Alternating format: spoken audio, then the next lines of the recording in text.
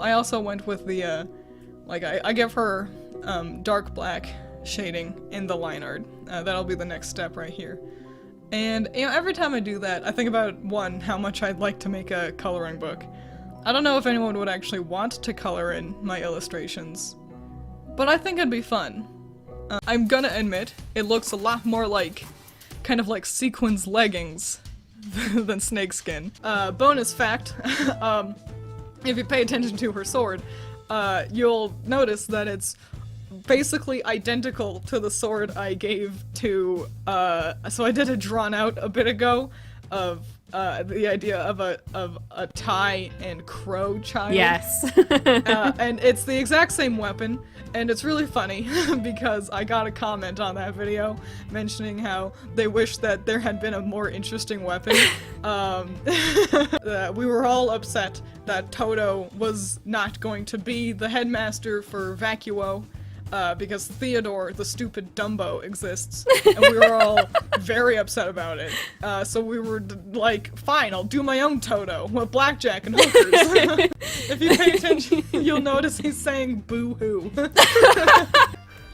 I had, a team name, and there was a reason they were in this order, but I don't remember what it was. It wasn't a good one. Fang and Ma, they may look the same, but they're not. So they can like click together to become giant scissors. Oh my gosh. She's a scissorman. Adept. I remember. It was Adept. Nice. You know what? Hey. And also, because I'm so bad at this, I didn't think of team name at all. I just made characters and I just named them. I didn't. So it's basically like real-time Ozpin hours where you have to, like, the characters weren't made. Yeah, the characters weren't made with the idea of having them be a team. They just fall in your lap and you just have to come up with a team name for them.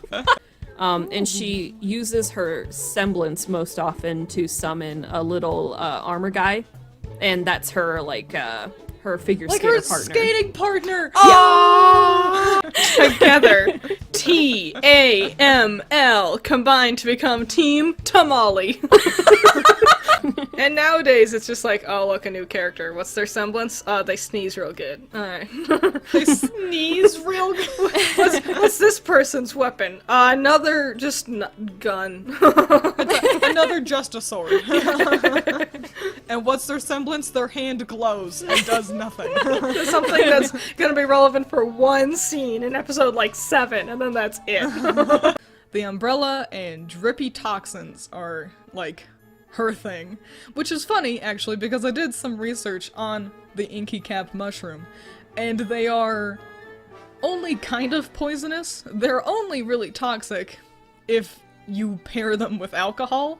So if you have already drunken alcohol, like, recently, before you try eating one, or you intend to drink some afterwards, that's not good, and you shouldn't do that, cause they're toxic. But beyond that, like, if you're sober and you eat an inky cap mushroom, I mean, I wouldn't recommend it. It probably wouldn't be amazing, but it wouldn't be poisonous in that regard. So that's really fascinating to me, that this mushroom screams poison, toxic, noxious, and it's not really. She's got a long coat because she's closed off. She is probably into Naruto? It seems Ripple was made to evoke Homura as much as possible, but ninja. With the magical ability to fly on her broom, rapid swallow. I do like Calamity Mary's design, but perhaps the thing that keeps her from going much higher in this list is the fact that she feels like we missed out on a much more interesting idea. Naoko is a closet magical girl otaku, still carrying around a toy mirror and emulating the classic transformation of old-school anime of the genre. I can't help but wish she'd taken on the aesthetic of the classic magical girl shows she's a fan of. It'd be quite striking to see a traditional magical girl drunkenly sniping pedestrians. I just added shine to the white parts of Allison's design. that you can't see. And while doing it, I knew that's impossible to see, and it didn't stop me anyway. Flashing Prince Cerulean, the laid-back, apathetic third year, and objectively the hottest, don't at me. Dun dun dun dun dun dun dun. Yeah, I am the Rose of Justice. Feel my prick. Oh yeah, I can do a pretty good human. Hello, I have a job. I'm going to work. So, you finally arrived. What the hell are you wearing? It's my ass-kicking outfit, bitch! My entire life, I've wanted the opportunity to make the world a better place. And this is what you give me? I see you don't have a lifeguard here at your beach. I'm not at the beach, this is a bathtub.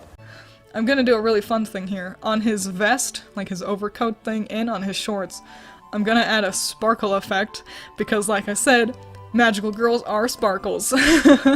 And it's impossible to see. But I really wanted his shirt to like, kind of have a sequence vibe to it. Sequins, you know? Like, I just wanted to give the idea that it shimmers in the sunlight. So of course that means adding a detail that is impossible to see. The way how I kind of did it is, if you've been watching the video, because I know some people have mentioned that they'd like to listen to it while they do other stuff, which means that they're not watching the video, presumably. But that's fine. I'm not your mom, do whatever you want. But, oh, look at her. She's got so much depth. Sorry. But I'm certainly happy with how this picture turned out. And I hope you liked it too. Now, everyone has a favorite, it's only natural, and personally, my favorite poet in the club is Natsuki. Monika likes to put an emphasis on describing actions in her work, meaning you tend to just wait around for the last couple of lines where she finally just tells you what she wants to say. Beyond that, her poems don't ever get to stray away from her realizing she's in a video game. Each piece is just another step in her struggles to win your heart. Fascinatingly, the only one in the game who is sentient is also the one who has the least character.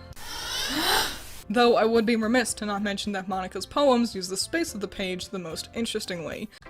But that's what makes games like DDLC fun, right? Trying to unravel the mystery is cool. I had fun once I kind of chilled out, because I was struggling earlier with the picture, with like getting down her pose and the line art.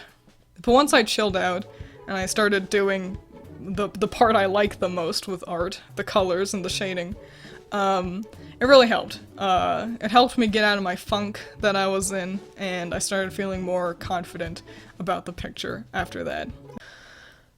So I've been thinking about the Cats musical a lot lately. You can see the cats hiss, but you can't actually hear it. I like how the actors go out of their way to try and keep their fingers together and slightly curled, implying the look of a paw, because even in 1998 we could all tell that human hands on a cat looks weird. Mungo Jerry and Rumpelteaser's cartwheel move is the coolest thing I've ever seen. I'm mad at how hot Munku Strap is. Don't be suspicious. Don't be suspicious. Don't be suspicious. Don't be suspicious. Don't be suspicious. Don't be suspicious. Don't be suspicious. We're drawing Hylix fan art, and I know what you must be thinking. Twiins, what is this? Because nothing is more useful for a YouTuber or any kind of content creator to make fan art of something that is incredibly niche. This is another really important tip. So if you play the game, you will encounter an area with a guy who refuses to let you pull a switch. He's like, don't pull that, I won't let you do that. Don't look it up. Trust me. Just don't look up what happens when you pull the switch. It's post-game, technically, and you'll appreciate it better if you don't get it spoiled for you. Pro tip, every time you die, you can go back to Wayne's house and get herbs, so those'll keep you healthy. Or I think they're actually vegetables. In that regard, I feel that Fire Red, Leaf Green, and Let's Go iterations do feel the most like Brock out of the bunch, sporting similar looks to what Brock wore during the Hoenn and Sinnoh generations of the anime. Though while this iteration of Agatha may not be the strongest, it's definitely not the worst. They did our girl dirty in Pokemon Stadium. He's accurate and looks pretty slick, though I can't help but mention how his red scarf would totally ruin any chances he has of successfully sneaking around. He tends to look real serious despite sort of being a himbo. He doesn't just think he's better than you, he knows it, and he's right. Just look at how spiky his hair is. It's over 9,000! Though I do have to say that the scarf and sleeves would still make for a difficult time actually sneaking around. I'm just jumping in the middle of here to mention that I'm recording audio and it's thundering outside constantly. So if you hear thunder, yeah. I don't have any control over that. Haven't figured out how to control the weather yet. I'm working on it. Super sorry. My top 3 songs from the show are in Act 1. Well, Act 2 begins with Deck the Halls of Northfield High School, the in-universe movie Ethan didn't have enough money to get into, which is basically High School Musical but with young Santa. Ring-a-ling-ting, when a bell rings. This goes on for nearly 4 minutes, and now I want to take a second to talk about costume design. I really like the costuming in this show. Everyone looks appropriately dressed for the cold weather, each character's outfit is distinct enough to be identifiable at a glance, and without any two people looking too similar. And moreover, the use of color throughout the show rules. If you pay attention, basically everyone in the cast is wearing red and or green. This helps set the Christmas shopping vibe for the show, but is also super smart, as red and green are Wiggly's colors. I'll go into that a little bit later, don't worry, I'll remind you about this when we get there. But for now, just know that the costumes play into the color theme of the show beautifully. And I can't discuss the use of color without talking about Linda's costume. Not only is it just the cutest outfit, perfectly demonstrating her rich bitch personality, but isn't it also perfect that the woman ordained to birth Wiggly from the black and white is exclusively wearing those colors? The only other characters who get close to Linda's black and white design are Ethan and Lex, which makes sense. Ethan's blue jeans offsets the monochrome look, but conveniently, you can only see the top half of the ensemble when Wiggly tries using his image to influence Hannah. Lex's gray shirt tends to pick up the valleys of lights a lot, looking brown in warm lighting, looking more white in bright lights. Her almost being in black and white helps to hint at her later connection to the dimension, how McNamara helps her use her powers through it. And of course there's Hannah. No one else in the cast wears yellow like this. Hannah's flannel makes her stand out, makes her look like a bit of an outsider, because she is. Her connection with Webby makes her different from the others, and her unique color palette emphasizes that. There's also the fact that Uncle Wily isn't wearing red or green because he's not a shopper or under Wiggly's influence. That Gary's brown suit can look monochrome in the right lighting, since he's the most devoted to Linda. It's just all so smartly put together. The costume designs are excellent for this show. The song breaks with the appearance of Wiggly, and holy fuck, I love this. Throughout the whole show, these garlands are on the staircase. You don't suspect a thing, it's just normal Christmas decoration, nothing special. But then having them act as Wiggly's tentacle face with the floodlights being his eyes? Oh, it's so good. It captures the incomprehensible otherness of an eldritch horror. It conveys Wiggly's face so well, making it clear what you're looking at, and by incorporating a constant element of the set, it makes it feel like Wiggly's much closer to winning. Like, now you can see him waiting on the edge of our world. It's such smart set design, I love it. And while we've taken the time to talk about the set, let's also address the excellent lighting. This is the thing I mentioned earlier with the costumes, it's happening now. The thing I said I'd remind you of, here it is. So, just as a blanket statement, the lighting in this show rules. It's dynamic without ever feeling distracting. Normal conversations have chill, flat lighting, but whenever a problem arises, the lights change to fit it. Whenever riots or the cult are being addressed, the lights turn red. A couple of places you can see this is during Feast or Famine, when Ethan gets killed, and most obviously when Linda accepts Wily's request to become Wiggly's mother. Wiggly, however, is represented with green lighting. Whenever the doll or entity is specifically in play, the green appears. You can tell that Tom and Becky are under his influence before they even try attacking Hannah, because you can see the wiggly green in Tom's hair. These two colors often show up together. A cool moment specifically is during Feast or Famine. As the shoppers begin to hone in on Frank, who has the doll, Frank is illuminated with green light, while the others are in red. They are violent. He has their god. This is what I meant by red and green being the show's colors. The language of the lighting prioritizes colorizing the set in accordance to the current threat, like a musical leitmotif, but in light. And on top of those uses of the colors in the lights, choosing red and green to represent the show is also brilliant. Red means danger. Blood is red. Red can burn you. We are primed to associate red as a warning sign. It's why enemies in video games will usually be coded with this color. Green very rarely appears as a light source, so whenever something is bathed in green light, it looks unnatural. It feels wrong. That's why you see green lighting used a lot in Alien movies. So not only do these colors mean something in the language of visuals, but together they still fit the Christmas theme. Examples like this show and its amazing use of lighting are why I love color theory so much. McNamara instructs Lex to wake a warrior of light, it's Becky, to have her kill the prophet, Linda.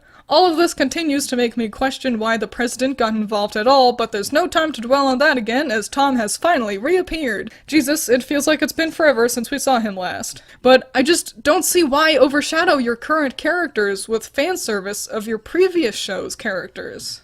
Like, I like The Guy Who Didn't Like Musicals. It's my favorite Star Kids show, but I want to get the chance to like Black Friday and its characters too. But the show seems determined to hang off of references of Star Kids' previous success, rather than let it stand on its own. From Jingle Jangle Santa School to Sherman choking out Lex, I keep finding myself wishing we were spending less time with some things and more time elsewhere. I wish Black Friday wasn't so caught up in setting up deep lore for future shows and trying to reference The Guy Who Didn't Like Musicals so much.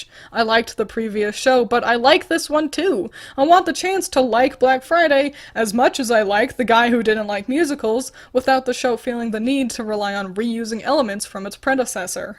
My team, for my super duper good Genshin gaming, where I haven't beaten the dragon yet, I've got Diluc and Barbara, I've got Noelle, and then the fourth one tends to change out a lot, and I can't currently remember who the fourth person is.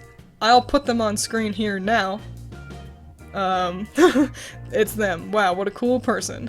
So many couples and the overtly comedic tone, this allowed for way more exploration into the trials and tribulations of dating than a more standard rom-com would allow. One couple could handle the awkward will they won't they stuff, while another could be making gags about how do I tell my girlfriend I don't want to share my food with her because she always eats too much of it. People take one look at me and go, ah, help, run! A big, stupid, ugly ogre. She then tries to play it cool and say she'd rather just be friends, even though both of them clearly want to date, and they agree to just be friends. And it's double lame because Sugawara starts totally isolating from her. Jennifer dumped me. That was your shortest, saddest story yet. I never bake. Such a terrible housewife. Bake more, wife. We're not married. We're just friends, Julian. I can tell we're not married by the amount you don't bake. Okay, I'm sorry. These characters look complex, and yet always avoid becoming a messy eyesore, and I needed to know how, so I activated Super Artist Level 3 and went to work studying what made these characters look so good, despite having so much detail in their designs. Hey there, demons. It's me, your boy. Swapping some characters' eyes looks physically wrong. Clearly something isn't right. Not all anime do this. Some shows can have the eyes of each character mixed and matched and it changes nothing. Like here, I photoshopped one of these to swap their eyes around. Can you tell which one's the real version? These patterned clothes each come in a distinct color, meaning even if you can't see the pattern, you can still identify a character. That's a lot of yellow. It's probably Zenitsu. Hell, even Inosuke has this. His color is technically blue, and his pattern is abs. In the winter, I like to dress in a cozy black jacket, shirt, and jeans. In the summer, I wear the same thing because I look good in black and I'm willing to suffer. He looks like a jerk. Oh, yep, he is. How does it feel to be the worst cop ever, huh? Shut up, your mother buys you Mega Blocks instead of Legos. You fucking take that back. And just remember, no one will ever be able to hate you more than you already hate yourself. But that place is haunted. Ghosts prey on fear. Just be confident. I'm not scared! I am not a pussy! And so I wanted to imply the sort of depth of value that you can see in pearlescent gems and other similar sort of opulent gems. Way to go. Way to just say gems twice, self. So yeah, never be afraid to leave a comment. There's no guarantee I'll, like, respond or even draw the thing you suggest, but it can't ever hurt. Like, here's Mega Evolution, and now we got Z moves and Gigantamax, and it's like, okay, so a gimmick is not innovation. I don't know if I'm just stupid, but when I first played through X and Y, I completely did not catch on that she was gonna be the leader, the champion. I was like she showed up and there was a cutscene and she's like, "Hi, I'm Diantha," and I'm like, cool, she was interesting. I wonder what the champion's gonna be like. Like, I don't know how I just missed it. I didn't know what else Diantha would be doing. I just accepted her as an interesting NPC. Like, she was cool. Anyway, hello! Hello! Welcome! Welcome. Are you excited? I shouldn't have said welcome. I'm the one being welcome. I didn't mind. Trivia quiz. In the middle of a trivia quiz. Just Pop quiz. Pop quiz. Do you know their last name? Is the thirsty little camel, is he here? Yeah. Nice. Yeah. It's his valley. Oh! Okay, so flowers seems like the obvious pick, but that makes me, like, suspicious. But it's gotta be flowers. I'm gonna say C. You think flowers are not found in the graveyard? Yeah, I don't remember there being flowers there. It's ghosts. There's not ghosts! I couldn't even find a picture of him not being there. I love the idea of the electric toasters, though. That's too... Banjo's walking through, like, a small lake, and he's like, ow! Lifts up his foot, and there's a toaster. And it hasn't electrocuted him. It's biting him. Yeah. It's an egg. What? No! Those don't... Kazooie!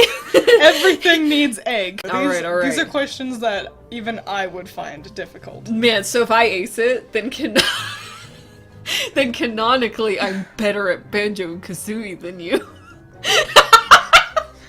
The face! Cause I was like, Yum the clam, and then I thought I had a foggy memory of you doing that thing where you go, plah, and it goes up and into the treasure chest, and... I mean, you do have to jump into lockups to get things out of them. I just thought I remember you shooting eggs. I thought I remembered. You remembered Blubber Guts. Oh, yeah, I hate him! I understand. I hate him! He's my least favorite character in all of Banjo. It's because his sound bites are burps. Yes. I would get this wrong because I would not expect Banjo to count.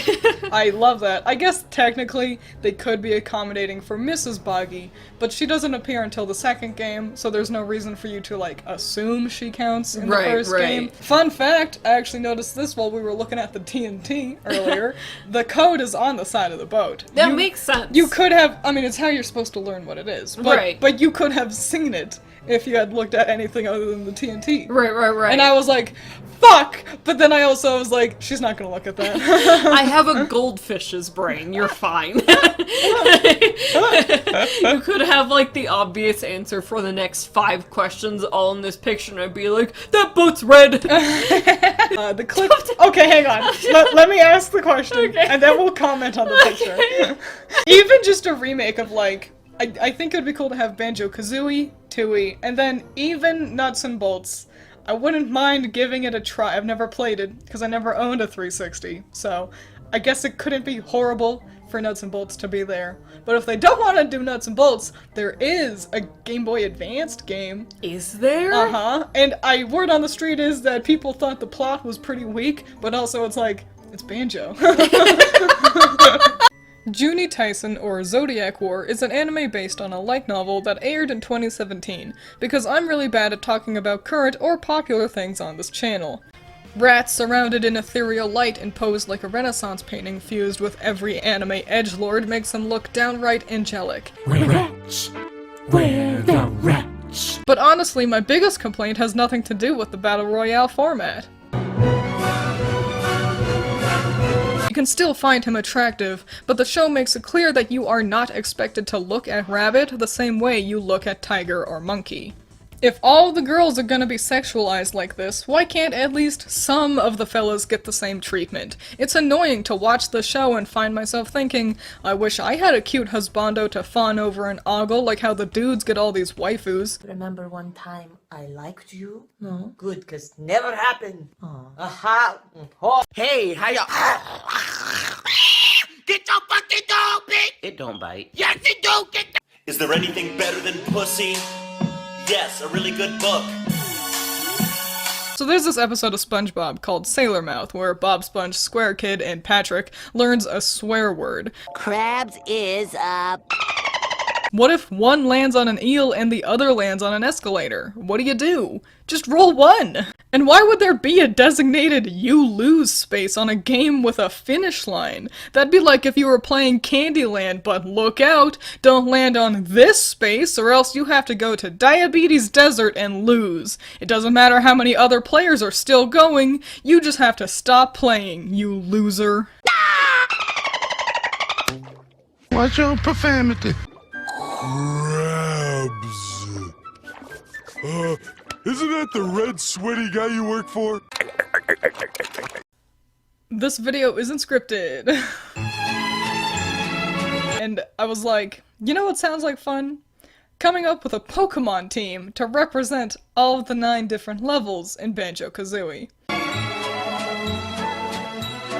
And, you know, it's got the little shovel on top, so that can kind of be like Leaky up there too. Pro tip, get the blue Jinjo first, because nothing's less fun than having to go back into the water to get the Jiggy if you get the blue Jinjo last, because Snacker will still be there. Up next is Bubble Gloop Swamp, my favorite level in the game. Next we got Choodle, representing Tank Tup's children and his turtle choir. And then we got Palpitoad.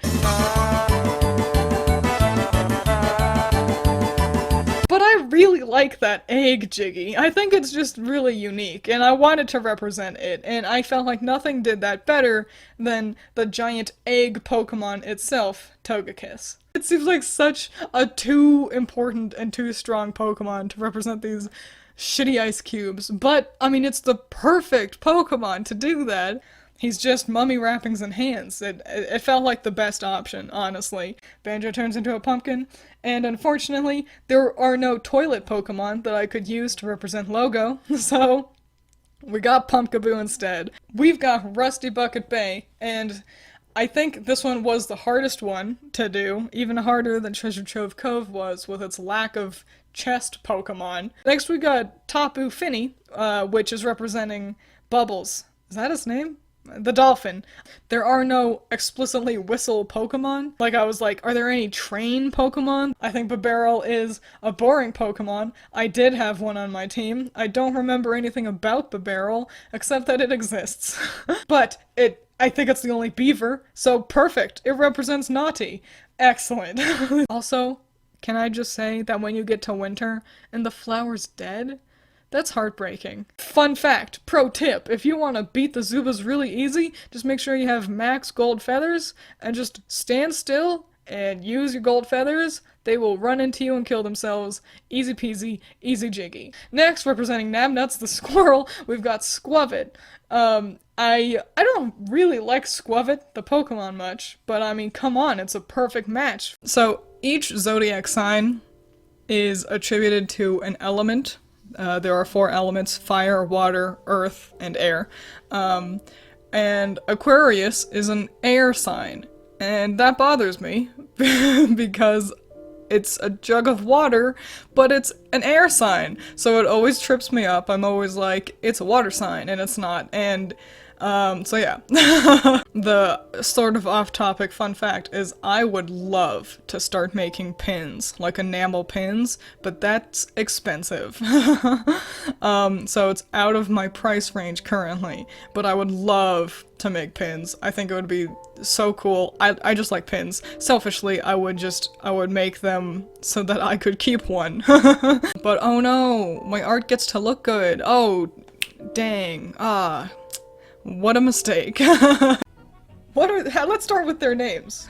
Oh no, oh no. I think his name is like Deku. Deku, okay. And I think her name is like Mamoru. That one on the left, that's Butters. And the one on the right is Oolong.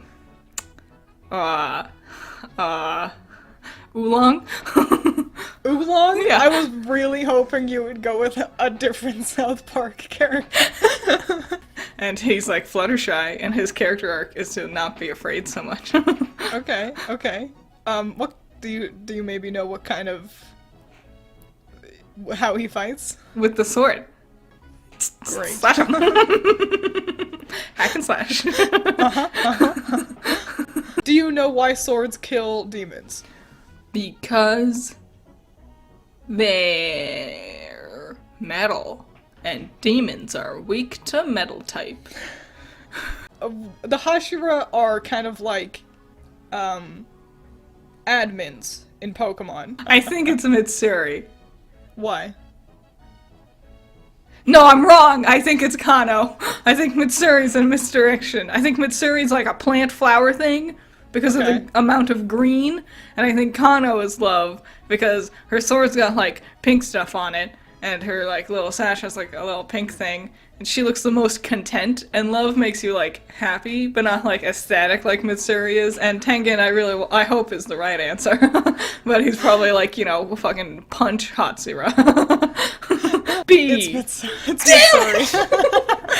And I think Hinokami Kagura is an ability, but I don't think it's one that Tanjiro can do. I bet that's one that the Flame Hashira is capable of doing. Because that name sounds too specific for you to make up. I'm gonna go with B, Special Magic Dance, because magic, you gotta do magic shit to make the swords kill demons. Magic Dance. Magic Dance. He just hits them with a rock. No! That's so dumb! That's the stupidest. That was the dumbest answer! And what's next to that? That is...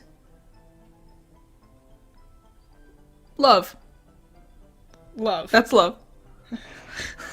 You said it so shortly. I was looking at the words I had left. Yeah, Yushiro, he's not wearing the uniform. You should have caught on.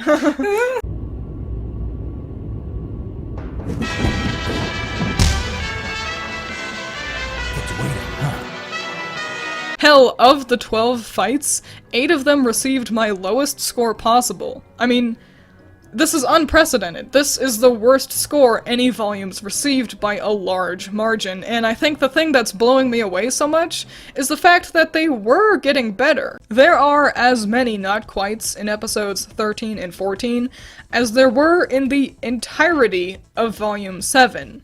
Did you notice that Ruby Rose is only in one on-screen fight for the whole volume? And it's one where she instantly falls off a ledge. She doesn't swing her weapon or shoot her gun once for it. That's bad. If your main character doesn't get to fight on-screen in your show, then you are doing a bad job. The Gravity fight, the Train fight, the Nevermore fight. You know what all these have in common?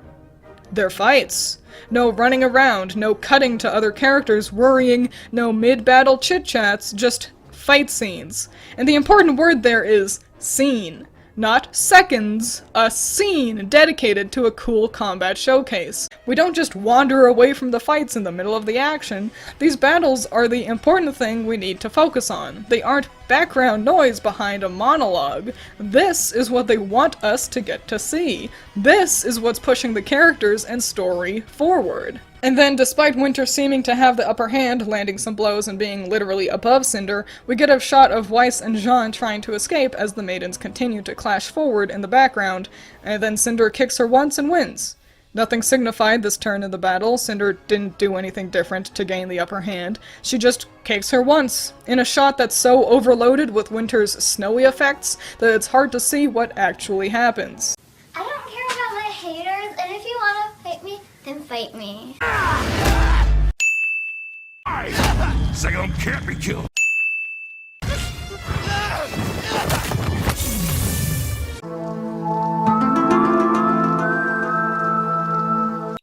Hey, what's up? I need your help. Can you come here? I can't. I'm buying clothes. All right, well, hurry up and come over here. I can't find them. What do you mean you can't find them? I can't find them. There's only soup. What do you mean there's only soup? It means there's only soup. Well, then get out of the soup aisle! All right, you don't have to shout at me. There's more soup. What do you mean there's more soup? There's just more soup. Go into the next aisle. There's still soup! Where are you right now? I'm at soup! What do you mean you're at soup? I mean I'm at soup! What store are you in? I'm at the soup store! Why are you buying clothes at the soup store? Fuck you! Oh, but he had the Aesops arrest the kids when they showed up. In a stolen airship. So that makes him bad. You stole an Atlas airship? Okay, yeah, it was stolen. Why do my actions have consequences? It's not like one should expect increased security after a terrorist attack nuked a whole city and destroyed all long-distance communication. Quite frankly, Team Ruby strike me as the kind of people who would throw a tantrum because they have to take their shoes off at the airport now. I'm a victim! But as it is, Team Ruby are honestly the biggest thing that turns their ally into a villain.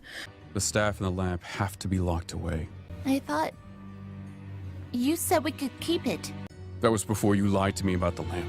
Why do my actions have consequences? We are made to cheer that he wins, and then in the very same episode, we're told Ironwood is a bad guy because he's upset that Blake and Yang went behind everyone's backs to tell a criminal his plans. No more lies. No more half-truths. Ah yes, the descent into villainy was totally subtle. Ironwood has to break tables while Ruby gets to cry on the stairs. If their mannerisms were switched, if Ruby was the one angrily throwing phones around, and Ironwood was the one having a pity party on some steps, you wouldn't have to change their dialogue to convincingly swap the two's places in the narrative. If the only thing distinguishing your villain's dialogue from your hero's dialogue is tone, then you are making a poorly written story with poorly written characters. Let's all make sure we don't forget that in order for James to become a villain, it had to include the kids lying to him about everything because they for no reason decided that they can't trust him, making them all massive hypocrites. No more lies. No more half-truths. Save half his kingdom, and keep the three most important elements in this war, the staff, lamp, and maiden, as far away from Salem as possible. Guarantee half of the populace is out of danger, while also holding on to the things needed to save the world, despite sacrificing the other half. But Team Ruby doesn't like that. They think it's better to risk everyone, Atlas and Mantle, getting destroyed or hurt, in an attempt to save everyone. This is not a black and white problem. Due to the heroes' actions, Ironwood isn't able to fly Atlas away, and the city does get attacked, an event that none of the heroes try to help with. Yang, Jean, and Ren ignore the civilians to instead only focus on saving Oscar from the whale, and Ruby, Weiss, and Blake sit around Weiss's house. When the only thing keeping these people safe after Team Ruby decides to fuck over James's plan is the very soldiers and huntsmen who trained for this job explicitly? Alright, Marrow, how about we just let the Grim tear through the town and kill everyone then? Is that what you want? Like, I understand the idea of having an anti-militarism message, but having a guy that's maybe 4 years older than some of his also adult co-workers complain that they're doing the job they wanted because the heroes of the story kept the people from being safe without conflict isn't how you do it, Chief. You're playing as Vacuo, which means all Vacuo-based cards come with a bonus. See, you've got Sandstorm, Desert Scavenge, Resourceful Raider! You could use Sandstorm to disable my ground forces and simultaneously infiltrate my kingdom. Can you make a bunch of doorways in Atlas that open at a single spot in Vacuo? Oh, but thinking back, once Yang got the robot arm, they started writing her to be a Mondo cunt all the time, so maybe they've always had this prosthetics means no humanity belief. I wasn't sure how you'd be doing without all of your teammates. Well, as you can see, we're doing just fine. Bitch! Why are you mad? I've trusted him for years. We both have. It's high time you stopped talking about trust and started showing it.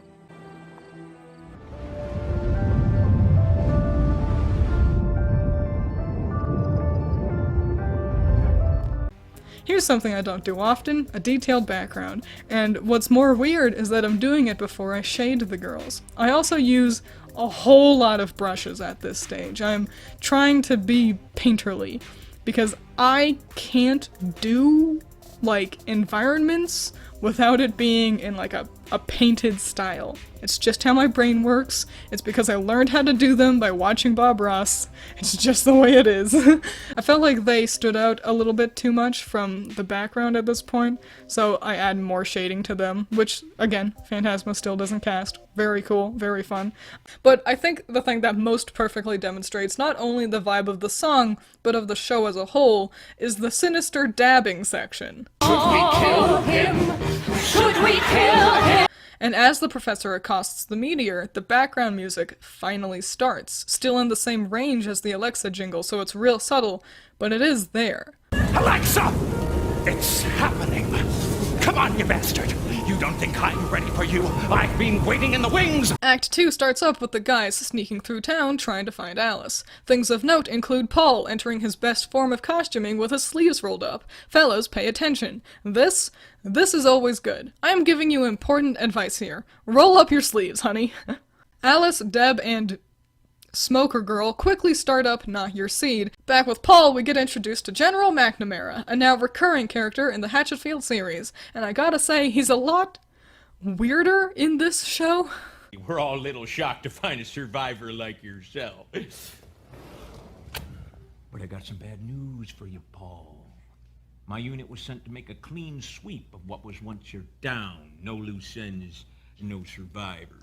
Whoa, so you're just gonna kill me? Those are my orders, yes. 2 in the head, 1 in the heart. This also seems like the perfect time to give a huge shout out to the band doing all the music here. They're totally killing it and help to elevate all the songs to the level of hype and emotion they deserve. Show-stopping number! A real showstopper!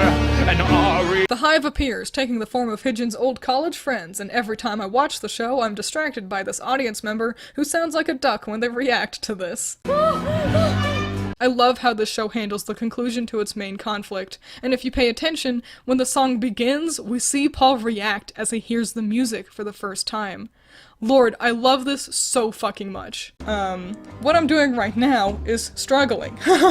Dude, the cross-hatching brush in Clip Studio Paint is my new favorite friend when it comes to making textures, because it's so crunchy, you know? I love it. So grab some candy corn and join me on this spooky adventure.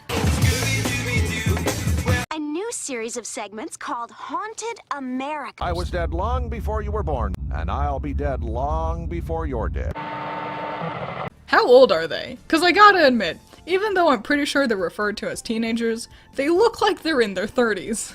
How old are you? 17. How long have you been 17? Scooby and Shaggy pack up a picnic basket as Velma— Velma, no! Looks like the threat of cholera from drinking the bog muck is the least of the guys' worries, though, as the spooky happenings start up again. Hey, ghouls! The boys are here! Shaggy and Scooby find the two, and then Fred fucking kills this man. Like, they assume it's gonna be a mask, but Fred just full-ass decapitates the dude. If this was a guy in a mask, Freddy would have killed him. And now that is an adventure I want to see the gang handle. Scooby-Doo learns necromancy to keep Fred out of jail. Fred and Daphne flirt a bit, Velma and Bo flirt a bit, and Shaggy's here too. That the lost colony of Roanoke disappeared due to a zombie plague.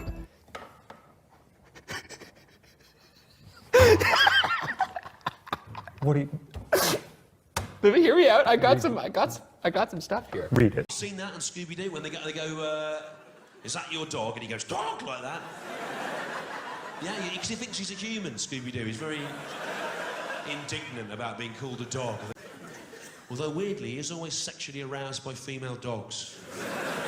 I just saw some people dancing and singing like they were in a musical. Right? Well, did you get a video of it? No. Fucking useless, Paul.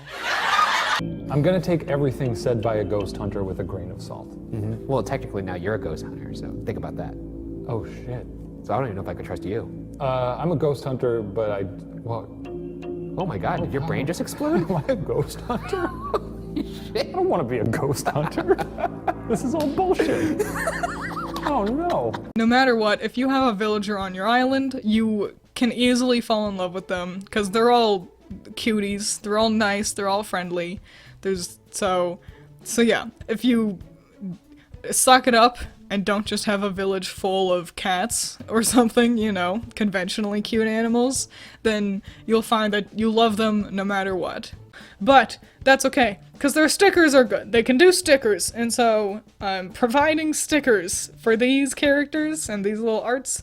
So yeah, if you like any of them, please buy them, because also I'm interested to see which one would be the least popular. The second way this video is gonna be a bit different is that I guess today I woke up and chose violence. It's alive! It's alive! It's alive!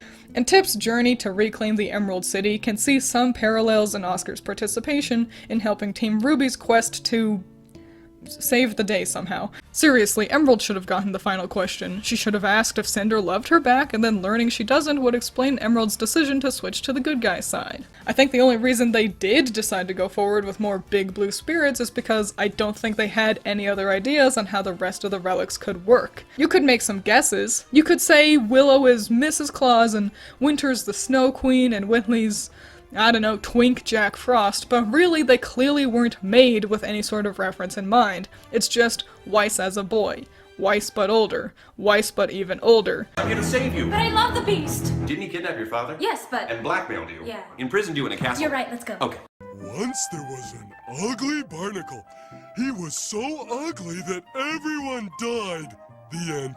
Also, all these green elements, like on their ear pieces and their eyes and on their necklaces, you may think that it's just like, you know, generic power button, but actually I decided to go with that because Joy-Cons, like, when you activate them, like when you undock them, then they have that, like, light up green little situation on the side. Like, that's the sign that the Switch has found them, that they have those little green lights. And I was happy that I was able to figure out a way to kind of incorporate that, because that was such a cute idea. This scene that everyone points to as Adam being ruined by getting changed is in actuality his first real scene where he's allowed to do more than just benignly help push the story forward. He can't be changed because there was nothing beforehand for him to be changed from. You were. Then you trained us. Come on, Harriet! We're playing right into Salem's hands! You know we need to be working together! Much like how Bumblebee shippers end up grasping at straws to try and prove Blake and Yang were in love from second one, Adam's fans grasp at just as many straws to try and prove their headcanon version of Adam was the real way he was intended to be written, even though nothing points to that. And wow, you don't usually have a loving ex-boyfriend render his previous girlfriend immobile before dismembering her friend. Boo-hoo-hoo, Adam gets to be interesting via his relationship with Blake. I've never heard people insist that allowing a character to matter more to the story was ruining them, but I guess the Ruby community cares more about having an empty, blank slate to self-identify with than having a good show play out. Adam, as a concept, was handled poorly. But you gotta get over it already. He died 3 fucking years ago. Like, yeah, you're allowed to be upset about how they handled Adam, but also, like, let it go already. You're still making Reddit posts about this? It's not gonna do anything. Nothing is gonna change. No matter how much you cry about it, Adam won't magically be different for you. Just accept it already and move on with your life. You'll be happier that way. The moment he was given significant screen time, people insisted he was ruined just because he didn't follow the headcanon they wanted for their self-insert. Adam's dead, okay? He was never this fantasy you wanted to pretend he was. So just go make your own character. I mean, 4 female Ghostbusters? The feminists are taking over. I'm an adult virgin. I don't understand why you're mad at me. You killed my mom. Yeah, but then I said April Fools. Dude, I got you good. You did. I'm on the cover of a magazine! Ow! She uses Dark-type Pokemon. Bitch, where? I also gotta say that Chuck's gi looks more interesting than Bruno's just because it's got a color. If Bruno was wearing these brick red pants, he'd be more interesting to look at too. I mean, like, It's not that interesting of an outfit, but it's more than Bruno's got. I suppose that is a tough thing to convey without, like, making Price take off his shirt to reveal that he's ripped under there or something. Like, look at this. He is saying, use Hyper Beam in this image, and there's nothing that could convince me otherwise. And he's interested in legendary Pokemon. That's not a lot, but I'm at least grateful that they didn't do the same thing they'd done with fighting and just make him another scary old person like Agatha. A part of me thinks his purple hair looks stupid, standing out a lot from his primarily green attire, but then another part of me thinks it's great and really helps him to stand out and adds a good accent color to him. I really don't think his design would be as visually stimulating if he had green, yellow, or brown hair. I think the purple was the right choice, which implied that he is still totally assassinating people as a ninja. But now that the fairy type is a thing, Whitney definitely reads more like a fairy type leader, and you know, I think it'd be cool to have her switch over. The cute fairy Pokemon seem totally up her alley. I really like Blake's design as well, because I decided that I didn't want to just make her a black cat, but to try to incorporate the white that is often so prominent in her designs as well. And I really like the striped look I went for. I was emulating the ribbons that she used to have, like on her arms, and I think it looks super fly, so she looks cool. I like her. And I loved the idea of like a little hamster that could just electrocute you, just completely body somebody. I think that just makes me laugh, so I was like, I don't even care, we're going full hamster. She's a goat, and I'm so excited about this as well. I thought it'd be so cool to make her a goat and to make the horns her tiara. That sentence alone is what made me so excited to do this so quickly. I was like, I need to do Pyrrha. Will you ever start a Minecraft Let's Play? Winky face. No. Sorry. I think so nighttime can be really fun and interesting, especially if you prefer a challenge. But I prefer to just not. I've never seen the pandas roll before. Surely there's.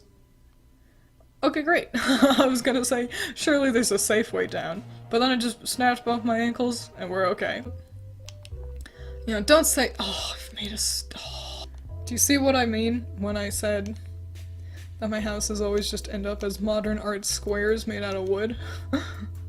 I'll add windows. It won't be a weird psychopath house. Man, it's a whole party down there. Whole party that I don't want to deal with. Oh, and there's a skeleton archer? Or the water, duh! Oh, I'm so stupid. Oh, I'm the dumbest person. Oh, everyone's gonna know I'm bad at video games. Okay. Got rid of that giant stupid horde. There's not even anything in here. This has gotta be the worst cave I've ever seen. So if you get a piece of wrapping paper and you realize that it's just not long enough to properly, like, cover the entire gift or box or whatever it is you're working with, rotate the... I've realized recently that... oh, fuck.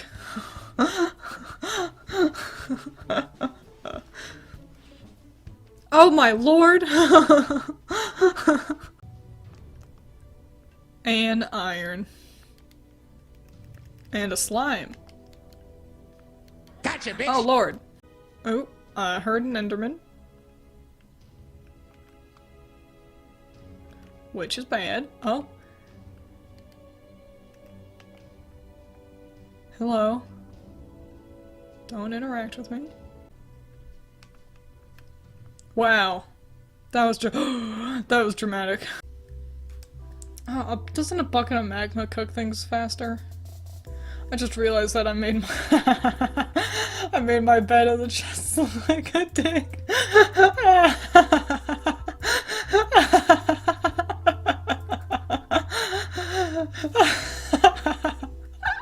Oh, wow, what a surprise. Twiins talks about colors for too long.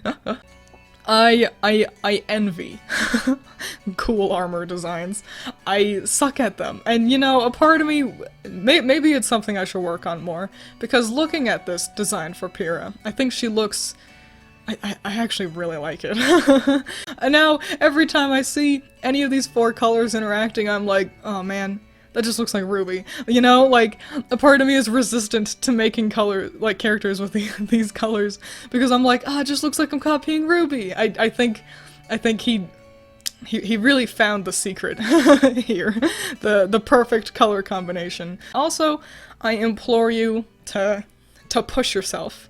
Just like how I am choosing to dedicate myself to pushing myself more on drawing armor. You know, progress is always moving forward. That's what keep moving forwards for, you know, Monty's kind of catchphrase. Keep moving forward. That's what I think it's supposed to mean. Like, I didn't know the guy personally, but for me at least, keep moving forward isn't just keep plowing ahead, even if you're not having fun, even if you aren't happy with what you're making. I think keep moving forward means keep growing. I'm making my own webcomic, and you can read the first chapter right now. There's a link to it in the description for you, and I'll also be adding a link in my Twitter bio as well. And all patrons get updates at the end of each month on the progress I've made. And yeah, that's the fan art, and I love every single one of them.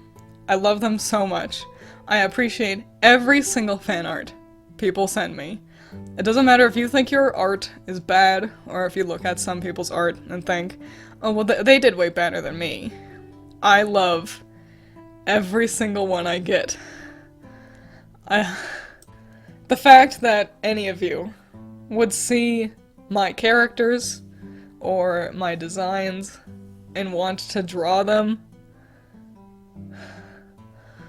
that means so much to me. Oh, fuck. Yeah, the fact that anything I made was an inspiration to you, inspirational enough that you sought out to render it yourself, that means the whole world to me. And I don't care if it's a sketch on a page, if it's a scribble on the middle of, like, lined paper, or like a fully rendered piece. I love all of them. Like, I sit there and I think about myself drawing fan art of other people's designs and other people's characters, and now for people to do that for me, to read my webcomic. Ah, shit. To read my comic and draw my characters, to be inspired enough by what I've written and what I've drawn to want to share their version of it. It makes me so happy. Every single time. To know that I was able to inspire you to make art. So yeah. I want to see it.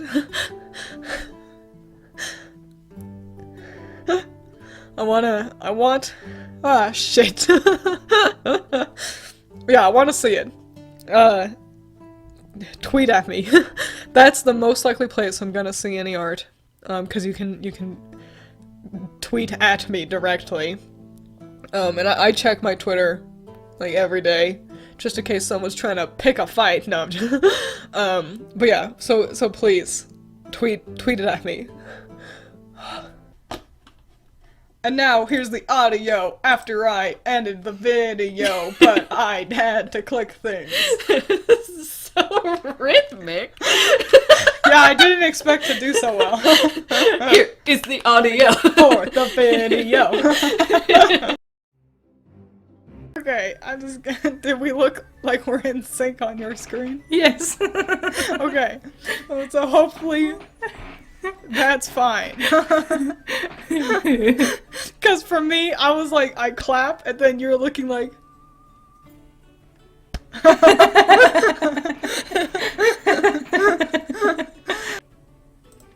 Fuck, that's the wrong thing. I clicked the wrong thing. Hang on. Don't look at me. What's his name? Urakodaki did that. That isn't... He likes making masks. That's a character from, like, what's the one Allison always watches? What happens in it? Inuyasha. That's the character from Inuyasha, isn't it? Urakodaki? Yeah. That's like the main dude. No! The main bad guy.